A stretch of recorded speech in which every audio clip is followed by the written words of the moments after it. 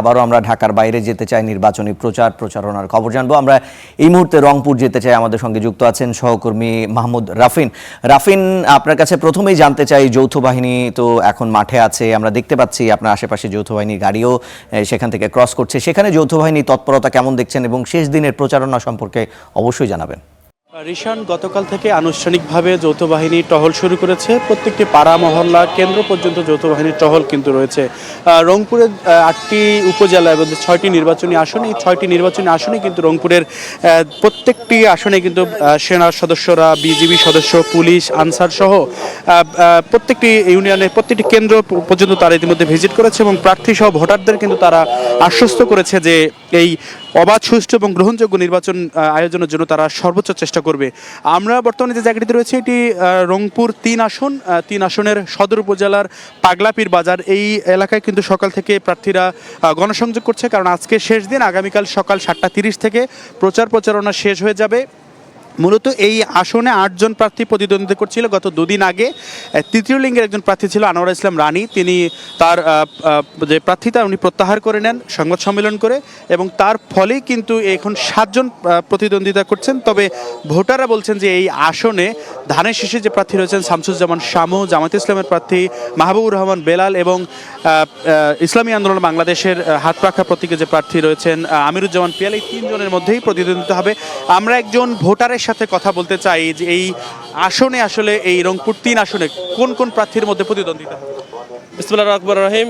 আমি মোহাম্মদ জুবাইর হোসেন। আমি বলতে চাই যে এখানে যে প্রতিদ্বন্দ্বী হচ্ছে এবং অত্যন্ত জাঁকজমকপূর্ণ প্রতিদ্বন্দ্বী, তো এখানে জামাত মনোনীত প্রার্থী মাহবুবুর রহমান বেলাল উনি আছেন, তারপরে বিএনপির মনোনীত প্রার্থী শামসুজ্জামান শামু আছে এবং ইসলামী আন্দোলন বাংলাদেশের প্রার্থী আমিরুজ্জামান পিয়াল আছেন।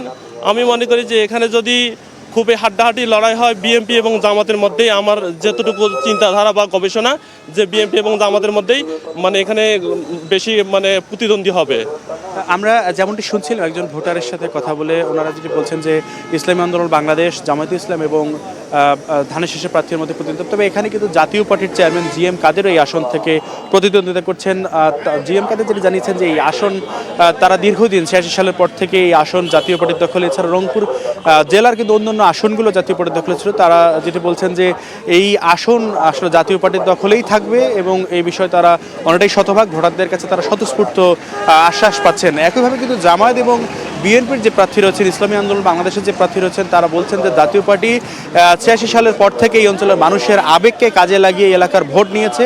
এই ভোটের বিপরীতে তারা জিতে কিন্তু এই এলাকার কাঙ্ক্ষিত উন্নয়ন করেনি এবং এই রংপুর যে দীর্ঘদিন বৈষম্যের শিকার, তার একটি কারণ কিন্তু জাতীয় পার্টির নেতৃত্বে থাকা। কারণ জাতীয় পার্টির শেষ বিগত যে 4টি সংসদ নির্বাচন, সেই নির্বাচনগুলোতে কিন্তু তারা আওয়ামী লীগের জোট সঙ্গী হয়েছিল। ফলে এই এলাকার উন্নয়নে তারা কোনো ভূমিকা রাখতে পারেনি। ফলে জামায়াত, বিএনপি এবং ইসলামী আন্দোলনের প্রার্থী বলছেন যে এবার জাতীয় পার্টির জাতীয় পার্টি এই মানুষের আবেগকে আর কাজে লাগাতে পারবে না এবং মানুষ জাতীয় পার্টিকে প্রত্যাখ্যান করছে। এই প্রশ্নের বিপরীতে জাতীয় পার্টির চেয়ারম্যান জিএম কাদের তিনি বলেছেন যে বরং রংপুর 3 তো বটেই, রংপুরের আশেপাশে যে আসনগুলো রয়েছে যেগুলো ইতিপূর্বে জাতীয় পার্টির দখলে ছিল এবং আওয়ামী লীগের সাথে জোট বাঁধার পর আওয়ামী লীগ যে আসনগুলো দখলে নিয়েছে, সেই আসনগুলো কিন্তু জাতীয় পার্টি এবার উদ্ধারে সক্ষম হবে। তবে আমরা রংপুর সদর উপজেলা এবং এই রংপুর যে 3 আসন, রংপুর সিটি কর্পোরেশনের 10 থেকে 33 নং ওয়ার্ড পর্যন্ত বিভিন্ন ওয়ার্ডে আমরা যেটি দেখেছি যে ভোট কেন্দ্রগুলো ইতিমধ্যেই প্রস্তুত হয়ে গিয়েছে। ভোট কেন্দ্রের জন্য যারা ভোট গ্রহণ কর্মকর্তা, তারা কিন্তু ইতিমধ্যে তাদের প্রশিক্ষণ গ্রহণ করেছে। ভোট গ্রহণ কর্মকর্তাদের জন্য যে প্রশিক্ষণ সেটি শেষ হয়েছে, তারা সামগ্রিকভাবে প্রস্তুত। আইনশৃঙ্খলা বাহিনী প্রস্তুত। পুলিশের পক্ষ থেকে প্রত্যেকটি কেন্দ্রে যারা কর্মকর্তা থাকবেন তারা কিন্তু ইতিমধ্যে তাদের তালিকা বন্টন হয়ে গেছে।